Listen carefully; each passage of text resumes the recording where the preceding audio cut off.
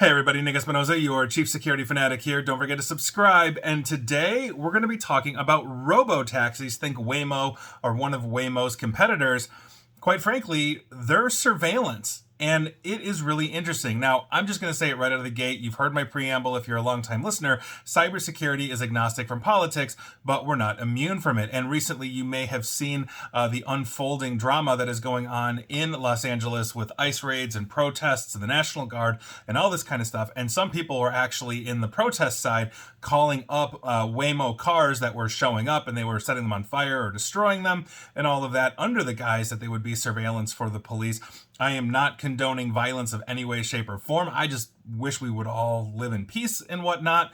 Especially somebody that is originally from Los Angeles as well. So let's dive into this because, quite frankly, the protesters may have a bit of a point here, specifically when it comes to Waymo. And Cal Jeffrey of TechSpot, outside of anything to do with the situation in LA, essentially had a pretty good write-up on this because, quite frankly, if you see an autonomous vehicle, it's going to see you too. And by virtue of that, police departments in cities where these services are operating, I was literally just in San Francisco for RSA, there were Waymo cars everywhere, not to mention LA. I believe Phoenix is another one for it, Austin, Texas, and a whole bunch of others. Anyway, the police departments in these cities are now increasingly seizing footage from these robo-taxis when they believe it can help them in some way. So Bloomberg noted that departments in San Francisco, Maricopa County, Arizona, have issued legal requests like warrants or subpoenas to obtain video from cameras on Waymo vehicles for evidence, and this goes all the way back to 2023. So we've got about 2-ish years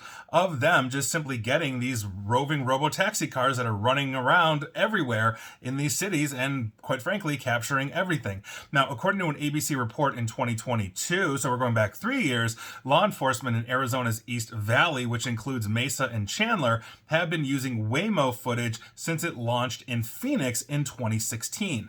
So this is not a new phenomena, but we really don't talk about these things or think about these things. Or if you're in one of these cities and a Waymo or whatever, and again, I'm just going to use Waymo for Robotaxi because that's the one I know. If a Waymo type vehicle is driving by, it's just capturing you. It's capturing your license plate. If you're next to it in a vehicle, it's capturing you walking down the street. This is a huge thing because they are equipped with 360-degree cameras that are continuously recording their entire environment and surrounding. And by virtue of that, they are creating a massive mobile surveillance network. Don't think about one Waymo. Think about how these things are constantly all over the street, back and forth. Like I said, just coming in and out of RSA. And if you've been to RSA, it's huge. I'm staying at a hotel a couple of miles away, and they've got shuttles that take you back and forth. These Waymo cars are everywhere. It's a huge thing. So, as Bloomberg put it, these cars, and I quote, are essentially surveillance cameras on wheels. And so obviously the questions then arise about the oversight of these vehicles and the data collection.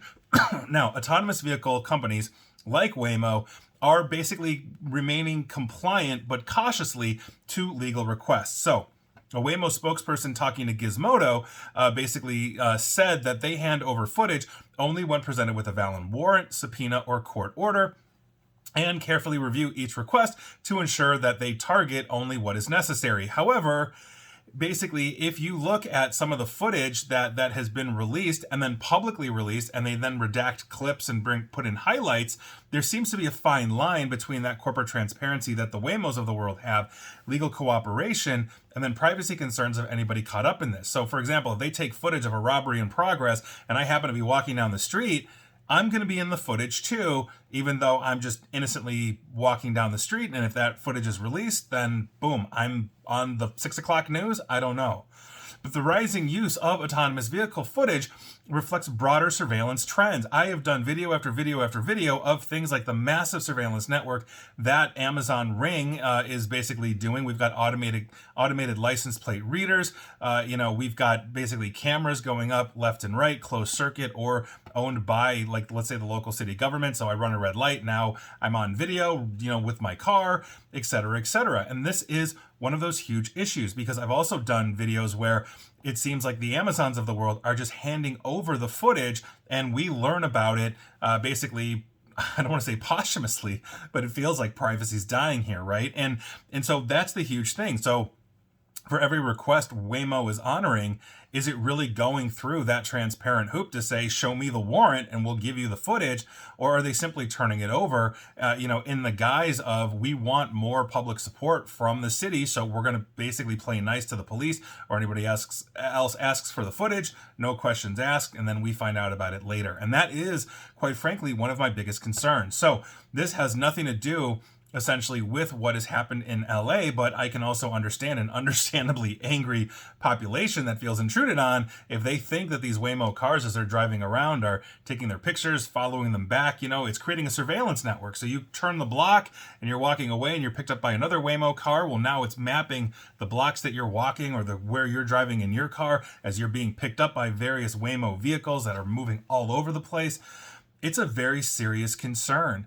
And the more we become a surveillance state, the less privacy we have. And that's something I've been talking about for years. So best of luck to all of us. I am not a fan, quite frankly, of the Robotaxi phenomena. I've actually done other videos on Waymo and stuff, just because I don't think the technology is 100% there. Like a whole bunch of these showed up at like a parking lot in San Francisco at like 3 a.m. and just started honking at each other.